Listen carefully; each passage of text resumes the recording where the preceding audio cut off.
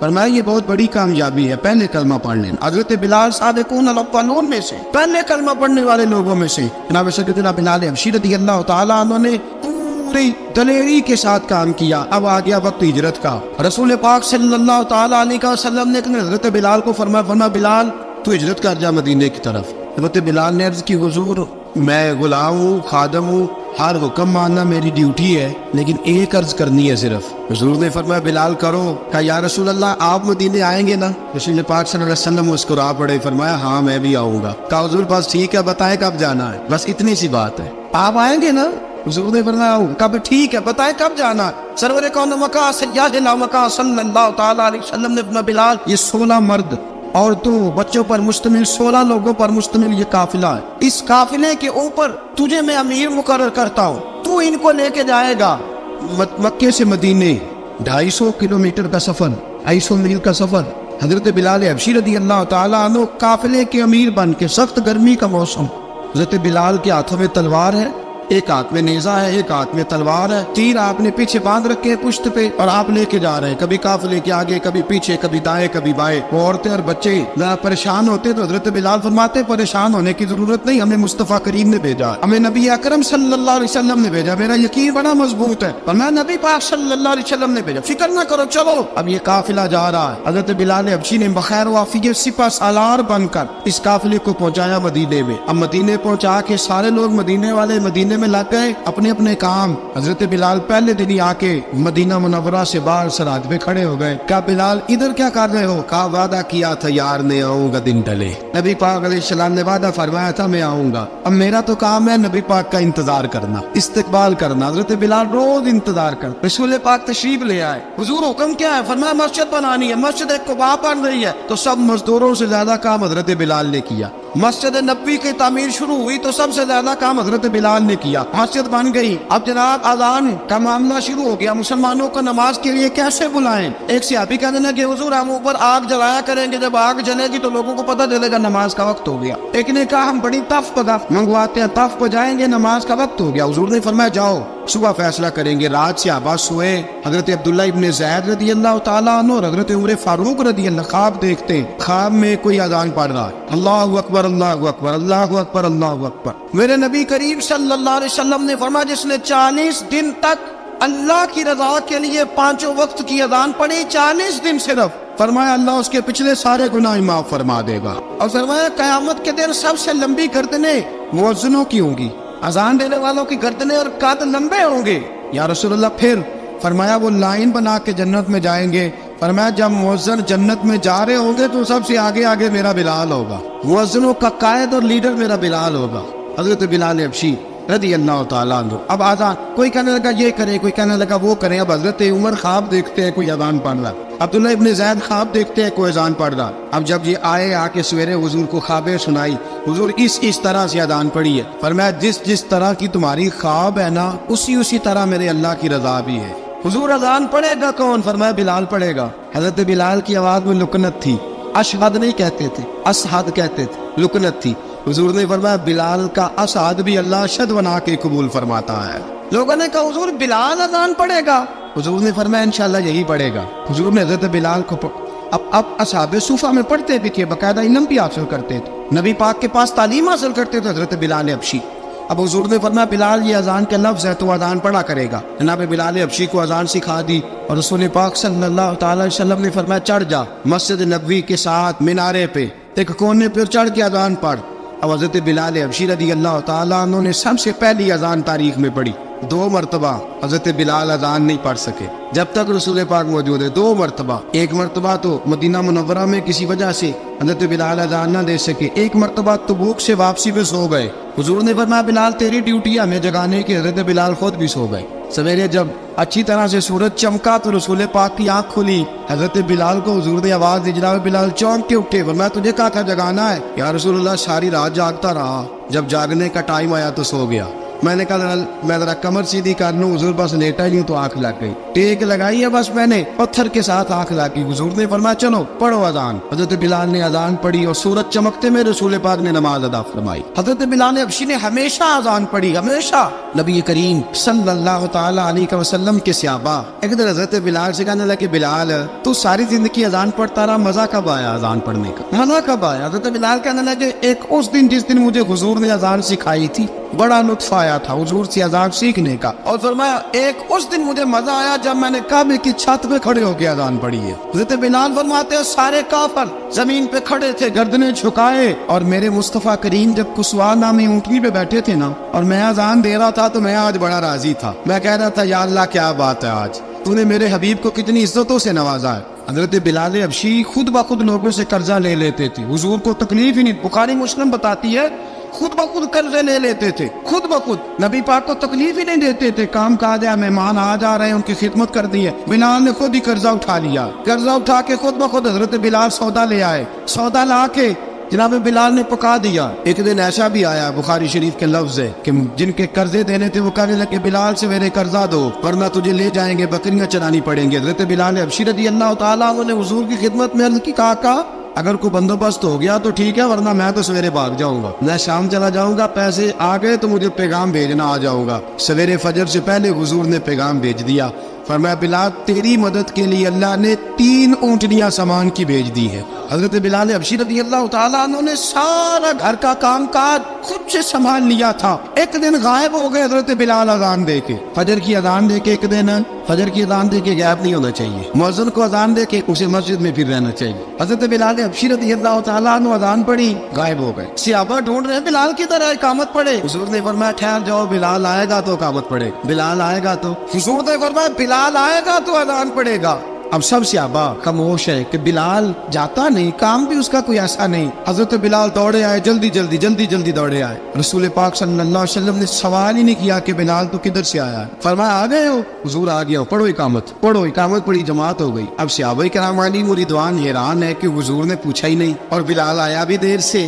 حضرت جناب سیدنا صدیق اکبر، جناب مقداد، جناب سلمان فارسی، چند صحابہ نا حضرت بلال کو لے کے کون ہے بلال تو کدھر تھا، راز کی کوئی بات ہے جو بتاتا نہیں، کدھر تھا؟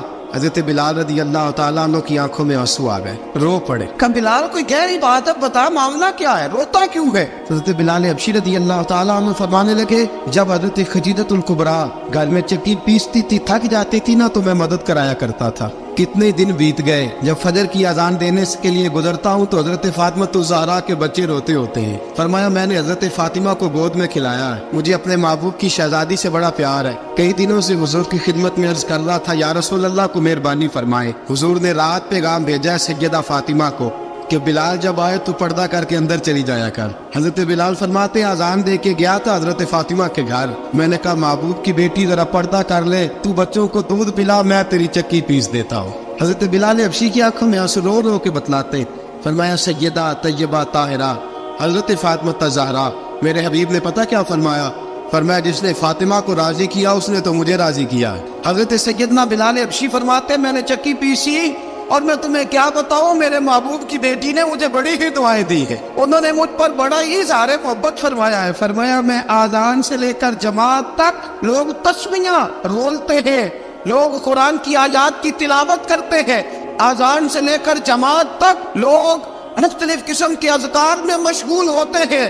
فرمایا میرا ذکر سنو، میری تلاوت سنو، میرا وظیفہ سنو، میں آذان سے لے کر جماعت تک محمد عربی کی بیٹی کی خدمت کرنے چلا جاتا ہوں۔ رسول پاک صلی اللہ علیہ وسلم کی شہزادی کی چکی پیس کے آیا۔ حضرت بلال نے اس انداز میں بدر کی جنگ لگ گئی، حضرت بلال کے ہاتھ میں تلوار ہے، کہا میں لڑوں گا، پورا جہاد کروں گا۔ امیہ بن خلف جو بڑا مارا کرتا تھا نا وہ دوڑ رہا تھا اپنے بیٹے کو لے کے، آگے کچھ صحابہ کھڑے تھے وہ قریب سے گزرنے لگا، حضرت بلال نے فرمایا ذرا پکڑنا امیہ کو، یہ مجھے مارا کرتا تھا، ذرا پکڑنا نہ جانے نہ دینا۔ امیہ کو صحابہ نے روکا، حضرت عبد الرحمن ابن عوف نے پکڑ کے کچھ زور سے گھونسا مارا، ادھر جا کے گرا۔ حضرت بلال تلوار لے کے کھڑے ہیں امیہ کے سر پہ، کہا امیہ میں تجھے نہیں کہا کرتا تھا اللہ میرے مصطفیٰ کو بڑی عزتیں عطا فرمائے گا، میں تجھے نہیں کہا کرتا تھا کہ خدا ہمیں غلبہ دے گا، هو الذی ارسل رسولہ بالہدی ودین الحق لیظہرہ علی الدین کلہ، میں نہ کہا کرتا تھا کہ اللہ اس دین کو ہر دین پہ غلبہ دے گا، اور میں دیکھ اللہ نے ہمیں عزت دی تھی، دیکھ تو ذلیل کر دیا گیا۔ حضرت بلال نے مارا، گردن اڑا دی۔ حضرت ابوبکر صدیق پیچھے دیکھ رہے تھے، دوڑے ہوئے آئے، کہا بلال مبارک ہو، بلال مبارک ہو، آج تو تیرے سارے بدلے پورے ہو گئے۔ حضرت بلال نے سجدہ شکر ادا کیا۔ میرے دوستو، حضرت بلال حبشی رضی اللہ تعالیٰ عنہ رسول پاک کا وصال ہوا نا، حضرت بلال نے منہ سے لفظ ہی کوئی نہیں ادا کیا۔ کسی نے اپنا دکھڑا کسی انداز میں سنا لے، حضرت عمر نے کہا، جس نے کہا حضور وصال کر کے گردن اڑا دوں گا۔ حضرت عثمان غنی نے کہا خبردار کوئی مجھے آ کے نہ بتائے کہ مصطفیٰ وصال کر گئے۔ حضرت علی المرتضیٰ رضی اللہ تعالیٰ عنہ نے فرمایا نہ بھائی، میرے مصطفیٰ پر تو موت آتی ہی نہیں، اس طرح آپ لوگوں پہ سب لوگوں نے اپنے اپنے اظہار کر لیے نا، بلال نے کسی کو دکھ بتایا ہی نہیں۔ ایک کونے میں بیٹھ کے نا حضرت بلال اکیلے آنسو بہاتے رہے، کسی کو بتایا ہی نہیں، اکیلے روئے۔ ایک شخص کہنے لگا یار بلال بولتا نہیں، کہا نہ بلاؤ اسے۔ عصر کی نماز کا وقت ہوا نا، تو وہ بلال جو کعبے کی چھت پہ بغیر سیڑھیوں کے چڑھ گیا تھا، وہ بلال جو کعبے کی چھت پہ بغیر کسی سہارے کے چڑھ گیا تھا، اس بلال کو کہا کہ بلال چل ذرا آذان پڑھ، مسجد کی چھت پہ چڑھ جا۔ حضرت بلال کئی بار چڑھے اور کئی بار گرے۔ حضرت بلال حبشی رضی اللہ تعالیٰ نے آواز دی، کہا سلمان میری مدد کرنا، میری مدد کرنا، اب مجھ سے چڑھا نہیں جاتا، اب مجھ سے جایا نہیں جاتا۔ جناب سلمان فارسی نے بھی سوال نہیں پوچھا کہ بلال تو بیمار ہے، یہ نہیں پوچھا۔ حضرت بلال کو دو چار صحابہ نے اٹھایا، چھت پہ پہنچایا، بلال نے اذان شروع کی۔ جب کہا اللہ اکبر اللہ اکبر، وہ آواز جس میں بڑا سوز ہوتا تھا، بڑی درد، بڑی بلندی ہوتی تھی، بڑا جوش خروش ہوتا تھا، آج وہ آواز تب گئی جب بلال نے کہا اشہد ان لا الہ الا اللہ۔ حضرت بلال رضی اللہ تعالیٰ عنہ نے تھوڑی دیر روک کے سانس لیا۔ جب کہا اشہد ان محمد رسول اللہ، جو سارے چپ کھڑے تھے نا، ان میں سے ایک بابا رو پڑا، جس کا نام ابوبکر صدیق تھا۔